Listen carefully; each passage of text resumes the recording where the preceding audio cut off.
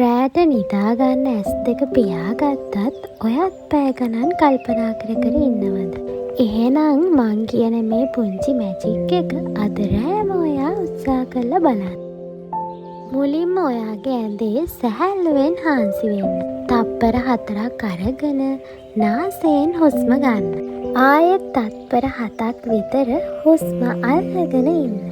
ඊට පස්සේ තත්පර 8ක් පුරා හෙමින් හුස්ම පිට කරන්න.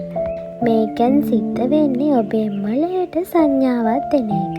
විවේකය ගන්න කාලය හරි කියලා. ඊළඟ පියවරේදී වෙන්නේ මනෝචිත්‍ර මවා ගැනීම.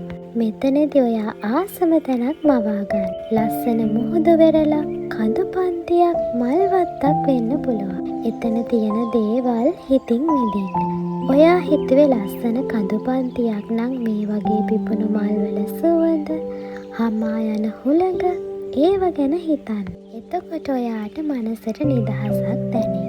තුන්වෙනි පියවරේදී වෙන්නේ ඔයාට අද දවසේ සිද්ධ වුණු හොඳ දේවල් 3ක් ගැන හිතන්න.